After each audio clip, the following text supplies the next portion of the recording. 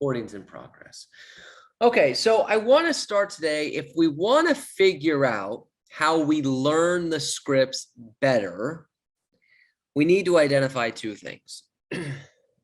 We need to identify first, before we get into techniques as to how to learn the scripts better, is we need to identify why do we fight the scripts to begin with, and identify what's the value of learning an actual script. So, because if we can't those out of the way, if we can't come to an agreement on those, if we can't come to an understanding on those, then the techniques used to learn the scripts better are not going to make any difference. Okay, follow me? So let's jump into, first of all, why do I fight the scripts? Robert, I don't fight any of the scripts. Liar, liar, pants on fire. How do I know? Because you're a human being and you're a salesperson. And every single one of us, present company included, at some point in their career, whether it's at the very beginning, whether it's after they've had some success, or whether after they've had some failures, doesn't believe in the scripts, fights them, comes up with their own scripts. I'm a natural born salesperson. I like to wing it. I'm over here to build rapport. Scripts aren't me, all these other different things, right? We all do it. So don't pretend that you don't. At some capacity, some of you more than others. So let's first identify, why do I even fight the script? So the first thing I wrote down is our ego gets in the way. Fight the scripts because our ego gets in the way. You can't learn.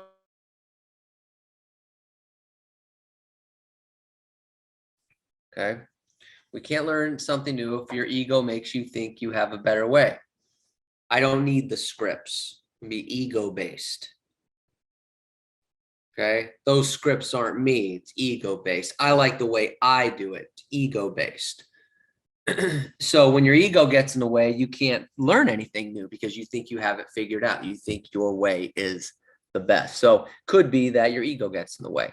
Now, as we go through these might not all apply. Okay, you might not have ego or anything like that. It could be one of these things. Could be the reason you're fighting the script. Could be multiples of them. And for some of you, well, actually, probably nobody on here, because if this applied to all of you, you wouldn't even be on here. Let's be honest. All right, the second thing I wrote down, and why do I fight the scripts? We think the scripts make us sound like a salesperson. We think make us sound like a salesperson, which, God forbid, you sound like a salesperson. You are in sales. Therefore, you are a sales person. Okay, so we fight the script sometimes because, oh, it makes me sound like a salesperson. That's what you are. I've said for years, I'm going to write a book, and the title of the book says, if you don't want to sound salesy, you shouldn't be in sales. You're a salesperson. They know you're a salesperson. Get over it. The idea that the scripts make us sound like a salesperson. All right, I wrote down here number 3. We don't know what they are, so we can't use them. We don't know what they are, so we can't use them. Well, what are the scripts? Where do I find the scripts? I don't have the scripts. So instead of just figuring out where to get them, we just don't use them. Now, for the Mike Ferry scripts, and I'm sure it's like this, I'm sure whoever scripts you use, Tom Ferry's, Mike Ferry's, Brian Buffini's, or whoever else has scripts that you use, I'm sure they're all posted online. Mike Ferry's, you can go to mikeferry.com and you can go to his resources, and it has scripts. You can download all the scripts. Okay.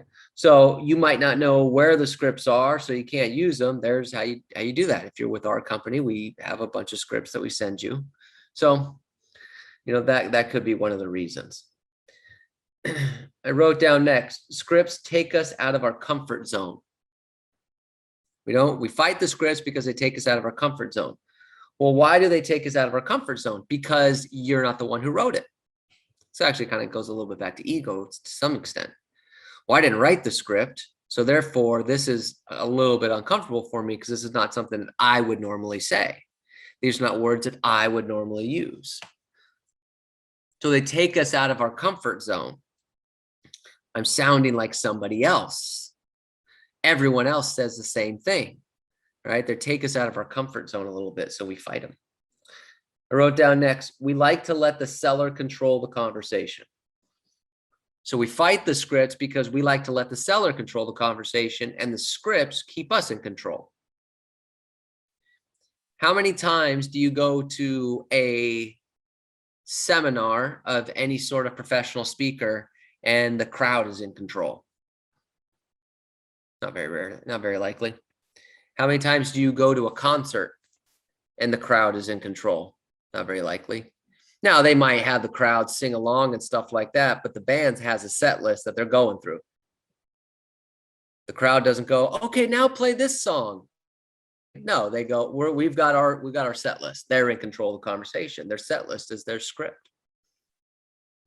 Go see a comedian. They have a way, they have a sequence of which they're going to tell the jokes. They are in control.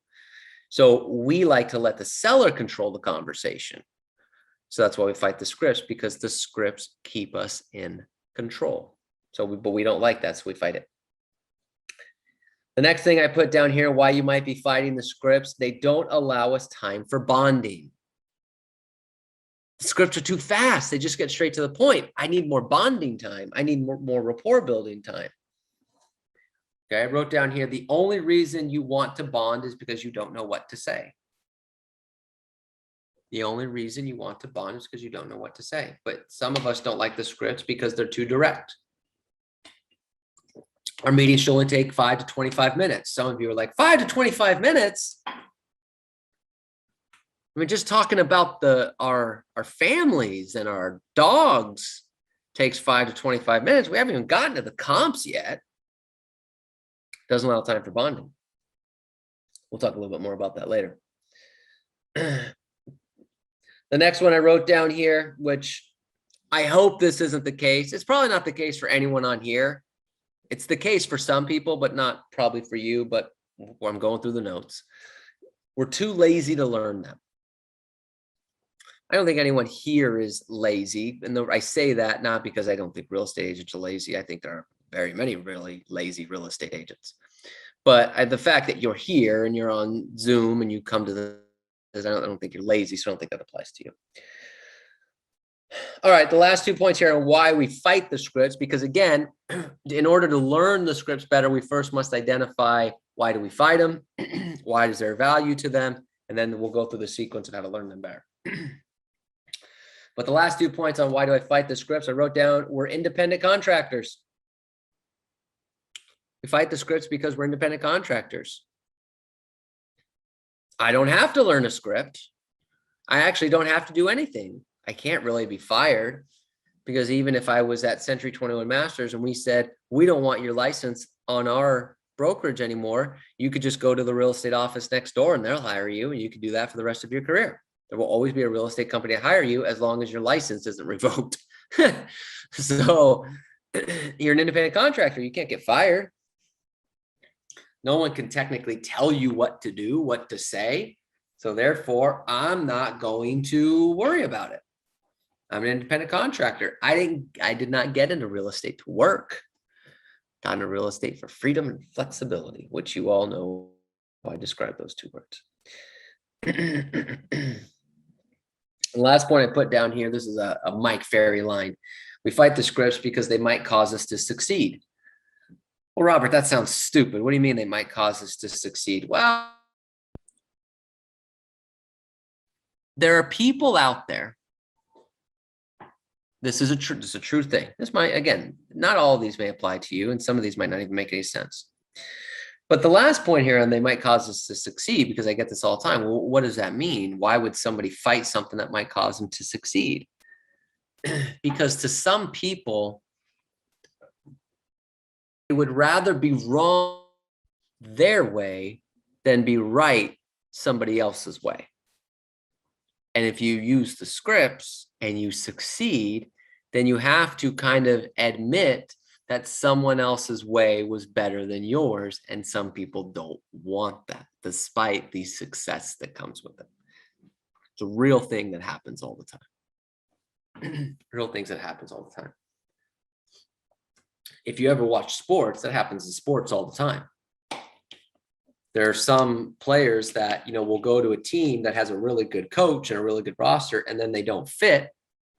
They don't fit with the team because the team wants them to do it this way. This way works, but the person's like, yeah, I know this is going to work for the team, but I'd rather go do it my way over here, even though we're going to lose. It happens in sports all the time. Same thing here.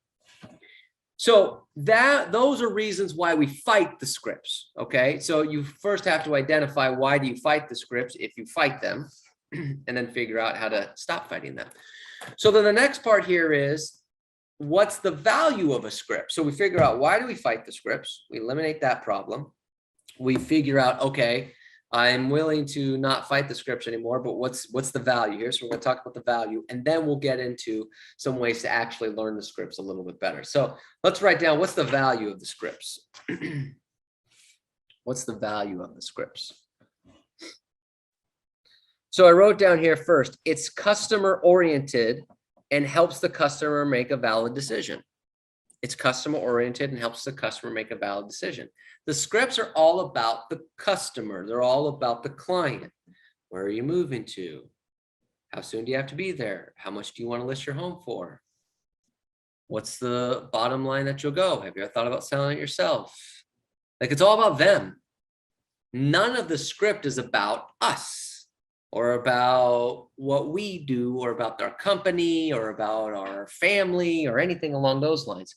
The script is customer oriented, which means it helps them make a decision, because the whole script is about them. They can't make a decision to sell based on what you think of yourself. That doesn't help them make a decision on what price they should list it for, based on how great you are. Scripts are customer, it's all about them, so it helps them make a decision faster. I wrote down here, it generates an automatic response from them. Generates an automatic response. Now, it generates an automatic response because every part of the script is a question. Here's what you never want to happen in a sales scenario: awkward silence. That's what you never want to happen. Awkward silence essentially comes from when you make a statement, there's no question at the end of it. And so now you're sitting there and the client's sitting there, and you're both just waiting, like, because the client's like, well, he never asked me a question, so I'm not sure what to respond. And you're sitting there going, how come they're not reacting to what I just said? So there's this awkward silence. There's no automatic response. The script generates an automatic response because everything's questions based. Even if you provide a statement, you still follow it with a question. For example, as a professional real estate agent, I study homes and prices every day. Okay, that's a statement. But then you follow it by saying, therefore, I assume you'll list with me at a price that will cause your home to sell, correct? So I gave a statement, but then I followed it with a question, so that way there's no awkward silence. If I go, as a professional agent, I study homes and prices every day.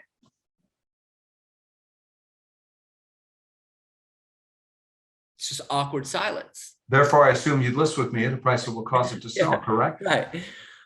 So, but that's why you follow with the question. The script allows you to follow the question. If not, what we'll do without that is we'll make the awkward silence. So there you go. Good point, right? I wrote down here next, what's the value of a great script? When you have the script memorized and internalized, this is the biggie. They become your scripts, not Mike Ferry's scripts. Okay. Or whoever scripts you follow. Well, I'm saying Mike because we tend to follow Mike here.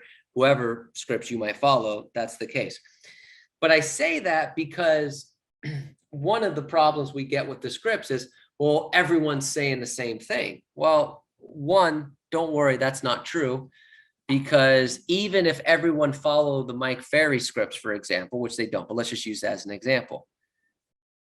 Mike Ferry's got at best maybe true followers of his system nationally, a couple thousand, maybe, like true followers that will actually follow scripts and things like that, a couple thousand. There's 1.3 million real estate agents. Do you understand how small of a percentage like he has in market share on his scripts? So get out of your head that, well, everyone's saying the same thing. They don't. Plus, when you internalize it and memorize it, it sounds just like you wrote it.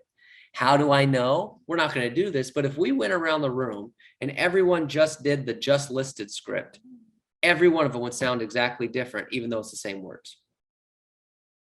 Because we'd all have our different tones, our different speeds, our different energies, our different accents. All of that would be different, even though it's the same words. So when you have them internalized and memorized, they're my scripts. So here's the key to this. Mike Ferry's a driver. So the scripts are written by a driver, but I read the scripts, and because I have them memorized and internalized, it sounds like an expressive is saying it. That's the value of a great script, is when you internalize it, it becomes yours. I wrote down here next, the value of the script is they're uninterrupted in the flow. They are uninterrupted in the flow. This kind of goes back to the automatic response. Everything's just in sequence. Boom, boom, boom, boom, boom. A script leads the client towards the end result, which is a signed contract. When you don't follow the script, we don't know what the end result is because you're just kind of going. Just kind of see where this takes me. That's what the definition of winging it is you're just going to see where this takes me. A great script's uninterrupted in its flow, which is also why the value of the script is really following it in sequence. Like it's written in sequence to get them. For example, you wouldn't do the comps first and then do the car analogy afterwards. For those of you who follow the listing presentation, right? In the listing presentation, you do a car analogy. So let's say you're going to go buy a car in the first dealership, blah, blah, blah, blah, blah. You wouldn't go, okay, let's talk about the comps. This property's this property's this. And then after that go, now let's assume you were going to buy a car. Wait, what the hell just happened? Right? We just went, we're now comps and now we're buying a car. So everything goes in. That's the uninterrupted flow of it. You don't have to think about the order. Value of the script. Okay. I wrote down here next, a couple more points on the value of the script. Okay. It increases the confidence we have in ourselves. It increases the confidence we have in ourselves. It increases our confidence because we don't have to think about what to say or how to say it. We already know it. So we're instantly more confident, because the opposite of confidence is uncertainty. And if you're not following a script, you're not certain what you're going to say whenever a client gives you a question. Therefore, you lose your confidence.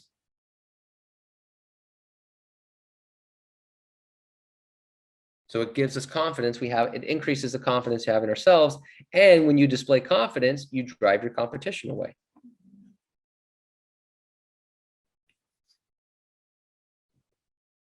I wrote down here, it saves their time and your time. It saves their time and your time.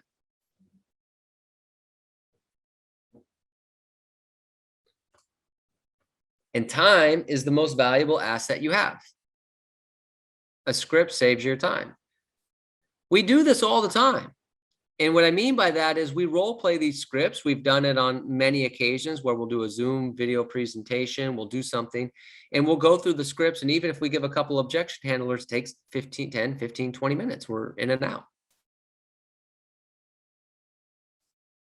If you don't do that and you're just talking and you're building rapport and you're not sure what to say, then it takes an hour. I mean, we've had people, it's look, I'm not saying anything bad, because look, everybody, you have to learn. So everything's a learning process, but some people have gone on 2-hour, 3-hour presentations. So, and again, it's not necessarily like a bad thing. We all have to learn. Every single one of us probably at some point has been on a presentation that was too long. Right here. Yeah, well, we all do it. We all do it. We've all been in that mode. Almost every single one of us has started our career or in the middle of our career or whatever the case may be, went on presentations that were 2 hours, 3 hours, started at lunch. I mean, we have situations like that. The script saves the time. So it saves your time, which is your asset, your time, your money, your energy, and it saves their time. And that's their money, their asset. Okay. They don't want you there all day. Let me tell you something. You go to a listing presentation, they want you there all day.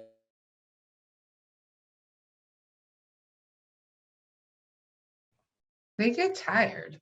Hello, just like you do. Oh, you froze, Robert. Gotta be careful with that stuff. All right, good stuff. Good stuff. I totally just missed what you said because you froze. Yeah, that's fine. It was the best thing I said all day. Oh, better not No, have I'm been. just kidding. I'm kidding. It's all good. It wasn't that important. Saves their time. Hey, you know what, Robert? What about like some of them you already know you have it in the bag going in the door. Like they're already ripe for the sale. What about like all those disclosures and everything? Mhm. That's what seems to trip me up. It just Right. takes forever. Right. Well, that part's fine. That if it goes through the disclosures, that's fine. That might take some time. I'm glad you bring this up. It's a great point. The presentation itself should only take a certain amount of time. Going through the disclosures, doing all those other things will take an extra amount of time. Yes, correct. That's part of the gig. So if your presentation's 20, 30 minutes, then you spend another 30 minutes going over the disclosures. You really didn't do an hour presentation. You did a 30-minute presentation, but then the disclosure minutes or whatever the case may be. Yeah, that's a great point. I'm glad you bring it up. Oh, okay. Maybe that's why it took so long. Yeah. Okay. Yep. Can I chime in here? Absolutely. Reva, the most important part of the listing process, get the RLA, the residential listing contract signed, and then get out. Let the administrative part of this office, i.e. Brenda Colburn, take care of all the disclosures. Let her take care of everything that doesn't have to do with getting the contract signed and getting them to commit to the commission paid. That should be your only focus. And if you have the listing present, I tell everybody, you don't have to memorize the pre-qualifying the listing presentation because most of the time you're going to do that on the phone. You're going to sit here, you're going to have it in front of you, and you're just going to go through all the questions.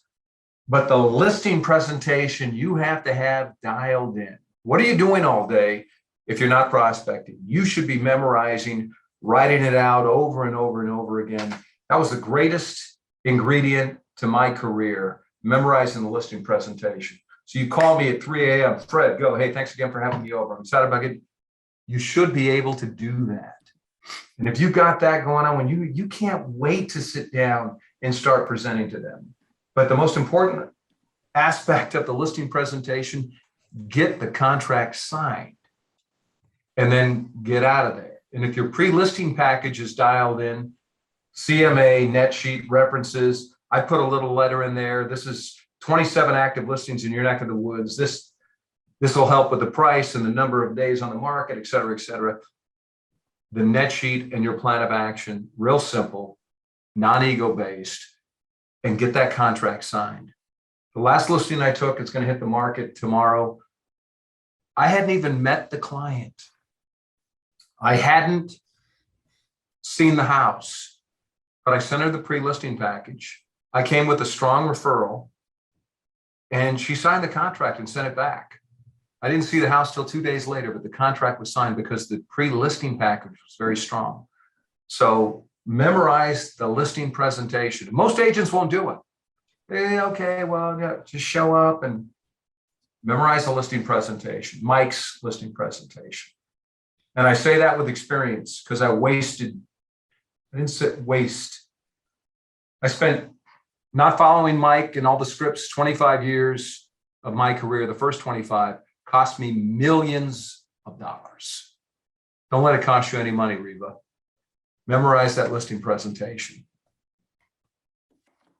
What he Thank said. you. I appreciate it. I clearly see the benefit of what you guys have there. I'm telling you. He said, do that. It's great. That was great input. All right, who wants to start a new group of writing down every day now? I'm still here. There you go. We'll get there. Good job. I'll All tell right. you 3, Fred. Couple more points here. All right. I wrote down here, it allows us to stay focused on the present moment. Advantage of the script allows you to stay focused on the present moment. So what does that mean? I wrote down here, you never want to say, now where was I? You're following a script. It's just boom, boom, boom. You're in the present moment. You never have to worry about, now where was I? Where do I go next? Okay. Powerful thing there. All right. Then the last couple points on the value, and then we'll talk about what Chris was just talking about is some different techniques on actually learning the scripts a little bit better. So a couple more value points here. It allows you to stay consistent in what you're saying. The only way to stay consistent is to have a script. So here's what I mean. If anyone ever tries to say, well, you told me this, if you follow a script, you'll know whether that's true or not. If you don't follow a script, then it might be true, it might not be. I might have said that, I'm not sure, because I'm just kind of winging it every time. I'm just kind of going on my own. But if you follow the script, you'll know exactly what you said on every single presentation. You don't have to worry about saying something that you weren't supposed to say or saying something that the client might throw back at you later. It's the only way to stay consistent.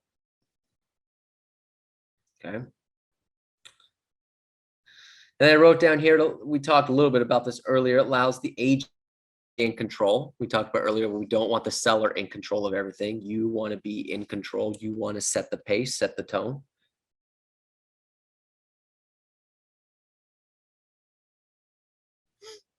And then the last thing I wrote down here, it allows the seller to make a much faster decision.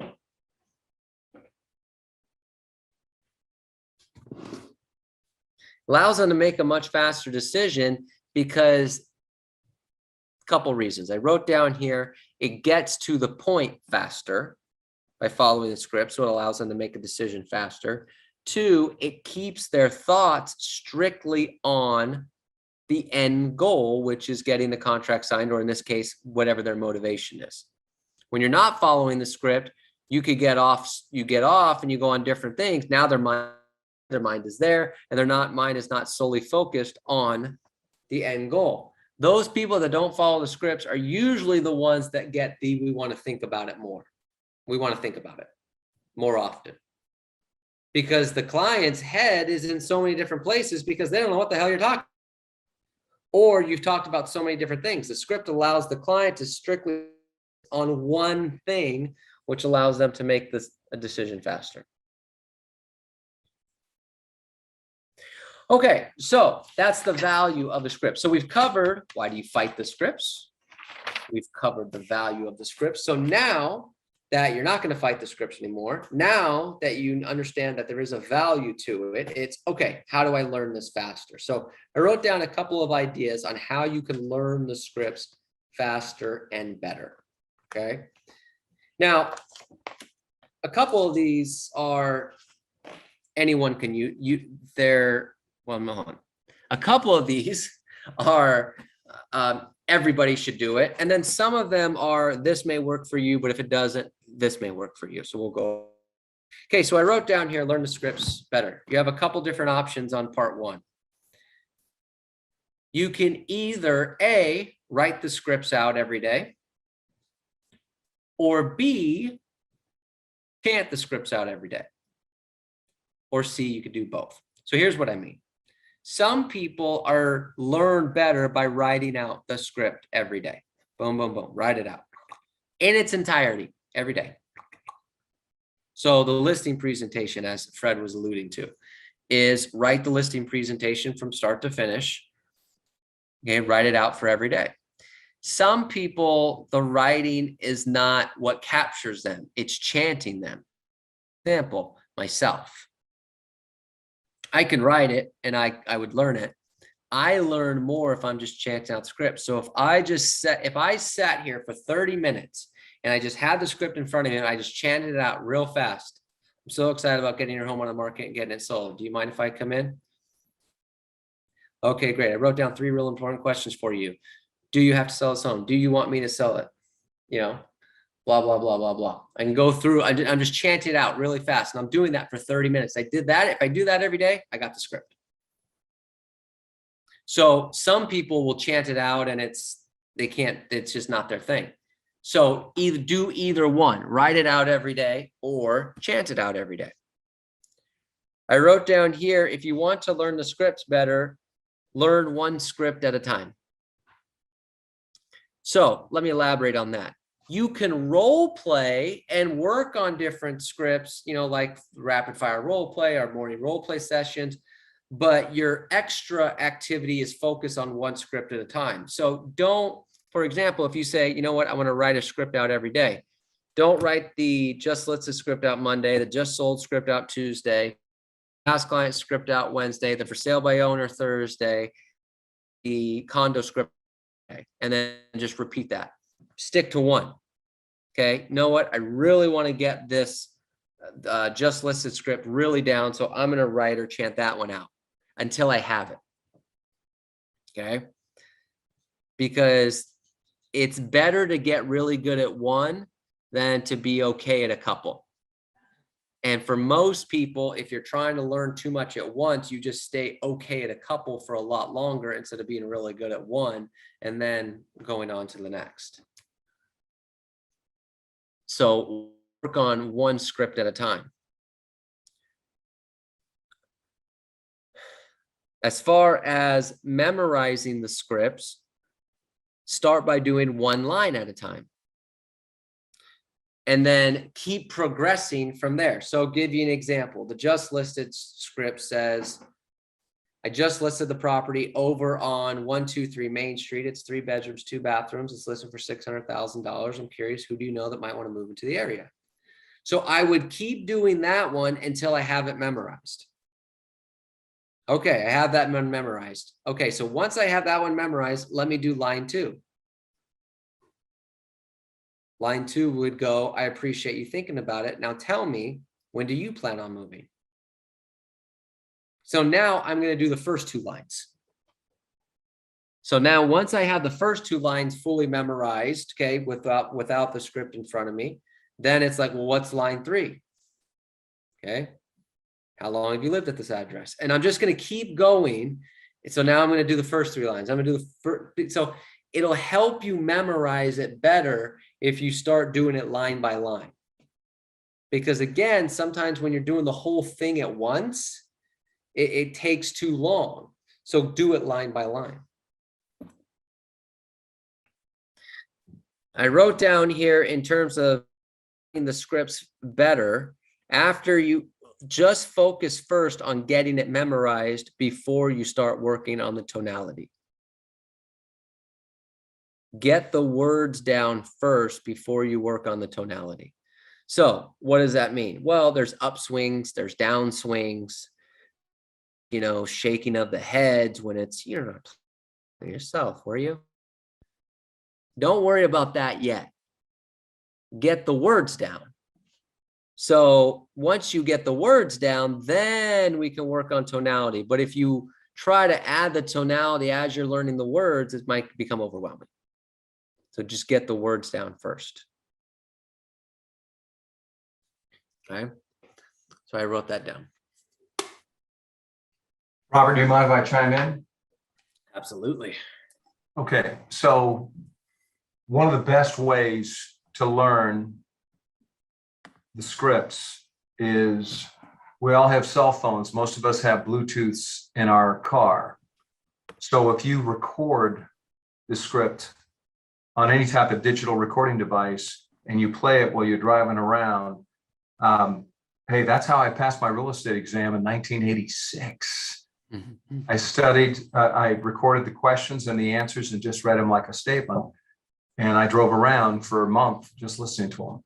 So I think we lost Reva. But anyways, that was. You got me back. I got on my cell phone as soon as my computer died. I'm Oh, here. okay.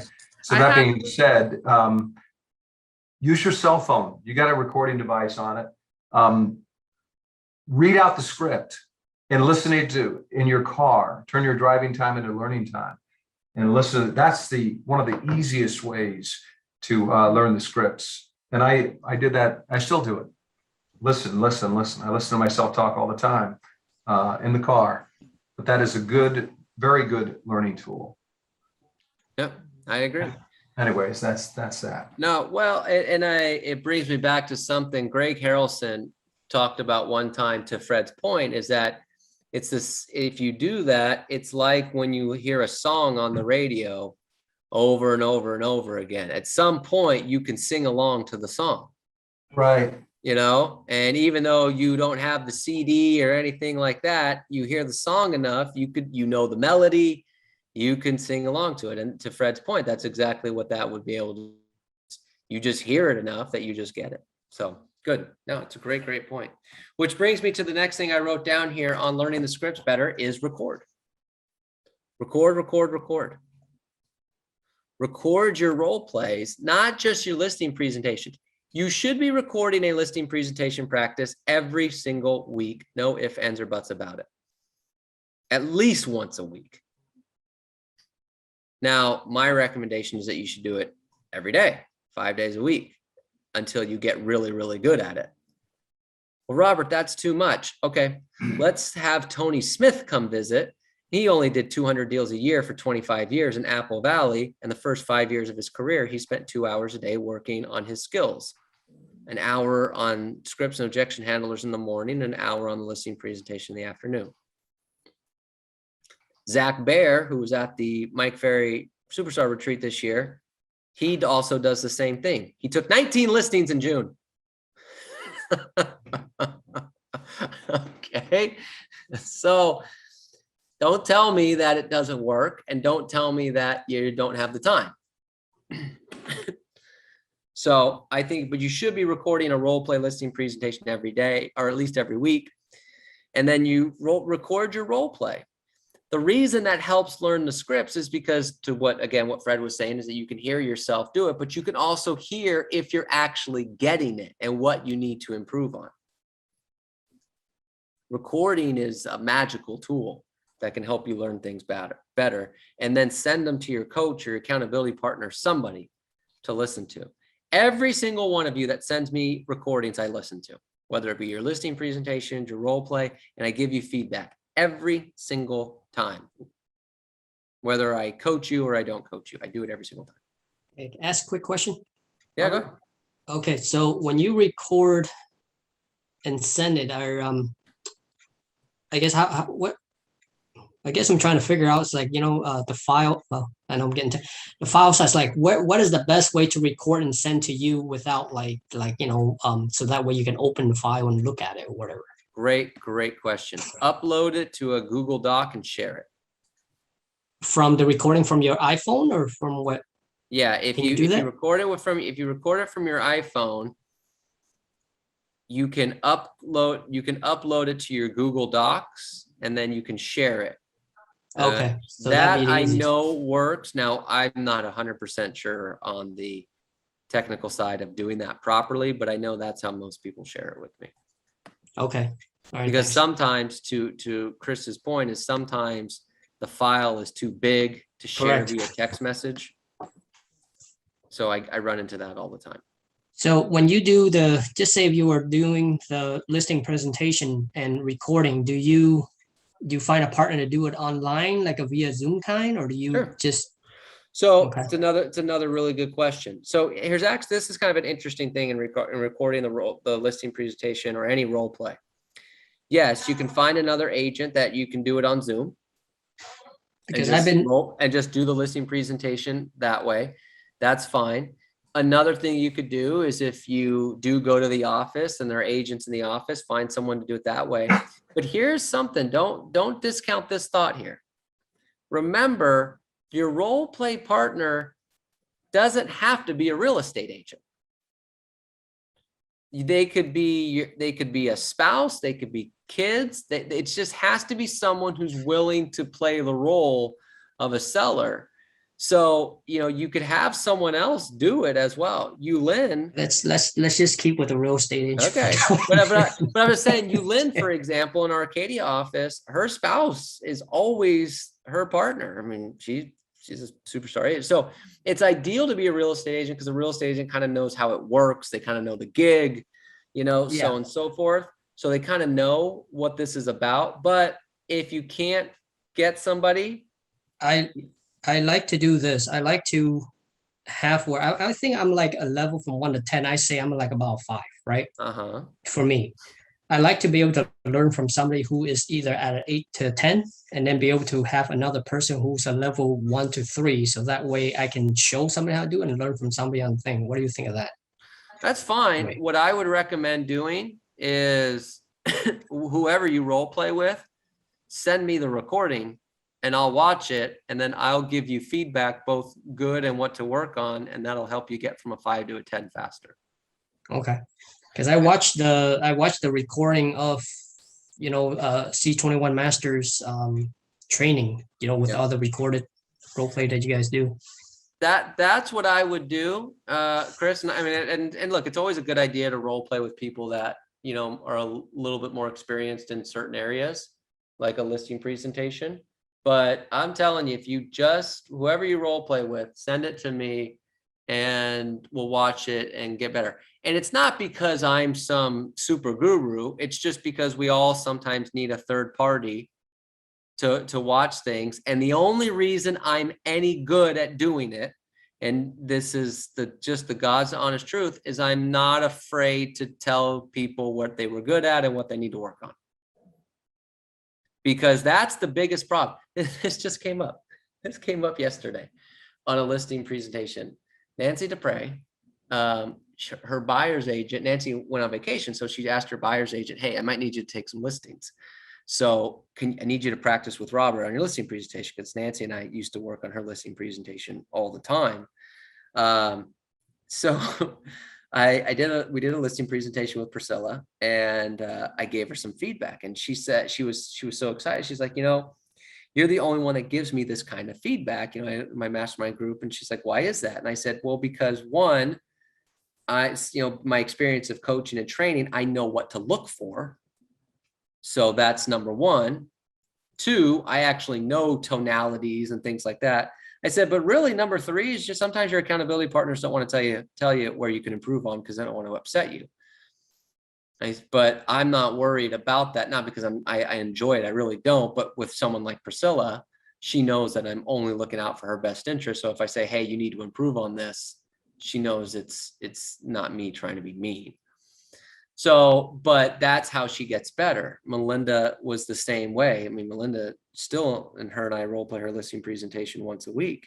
And that all started because she wanted a role play partner of somebody that would actually tell her if she wasn't doing a good job. Now, most of the time she does a good job, but I'm not afraid to tell her, hey, that was pretty weak. And so but there's also the good part of it, because sometimes we think we're terrible and our confidence is crap. And then I'm like, wow, that was really good. And all of a sudden the confidence is better. So my recommendation for everybody is to role play your listing presentation with anybody, record it and send it to me. And I'm never mean. I'm never, oh my God, that was awful. I'm never that. I just give little things like, hey, you need more energy here. This tonality, this, and this, little things to work on. But send it to me. I'll be mean. I'll rip you. And what's great? Hey, when you dial in Riva and or Chris, when you really dial in the listing presentation, now you can focus on the upswing, downswing. And most everybody here knows that I do a lot of sports announcing. If I say Here's Johnson on the right side and he runs out of bounds. Versus here's Johnson, he runs on the right side and he's knocked out of bounds. Downswing. When do you plan on moving? When do you plan on moving? Big difference. And you can't do that if you're thinking about what you have to say. But if you have the script internalized, it's showtime. You can act, you can do whatever you need to do. When we do the role play in the morning, I have so much fun with that. That's why I say, are you insane? Because it's almost too easy, but it's fun. And you can fluctuate the voice tone, but the upswing and the downswing come after you internalize the message, which is the script. But once you get them both down and dialed in, you're unstoppable. Upswing, downswing. You won't sound like you're reading a script. You sound like you're going to know what the hell you're talking about. And Mike always says, people will list with the person of authority. And when you get that upswing and downswing dialed in, and the scripts are dialed in, you are the person of authority. It's true. Good point. Thanks, Good Fred. point. There you go. Good point. So on that note, that's what we got written down here. So again, we covered why we fight the scripts, the value of the scripts, a couple ways to learn the scripts better. So that's, hopefully there was something in there that kind of getting better and thing we went over. No, good. Good stuff. All right. So what I would give everyone some homework on, I know some of you already do this, but find somebody, find some role play partners to focus on, a particular script. Now we talk about the listing presentation, and I think that's most important. Fred said the same thing Mike talks about all the time. So I would do that. But if there is a different script that you really want to focus on, everything's beneficial. Find somebody who says, hey, I really want to work on this script this week. Can we do that and utilize it? It doesn't matter what company they work for. It doesn't matter where they live. Everyone uses the same stuff. So, find groups of people that you can do that stuff with. All right, everybody. That's all I got. Good.